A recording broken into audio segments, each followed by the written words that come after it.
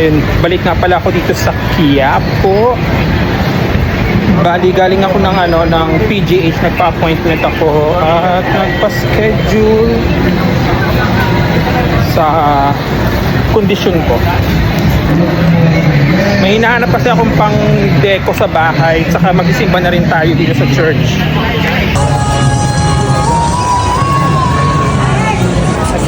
Nasireno.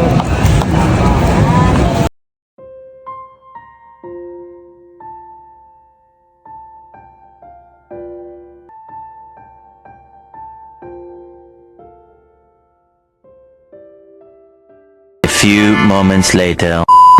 Tapos na pala ako magsimba sa Quiapo at tumitingin wala akong nakitang mga deco doon.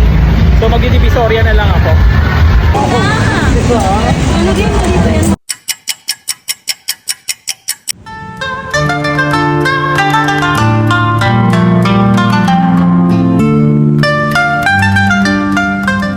Tapos na pala ako sa Divisoria at ito yung mga nabili ko. At pauwi na ako ngayon.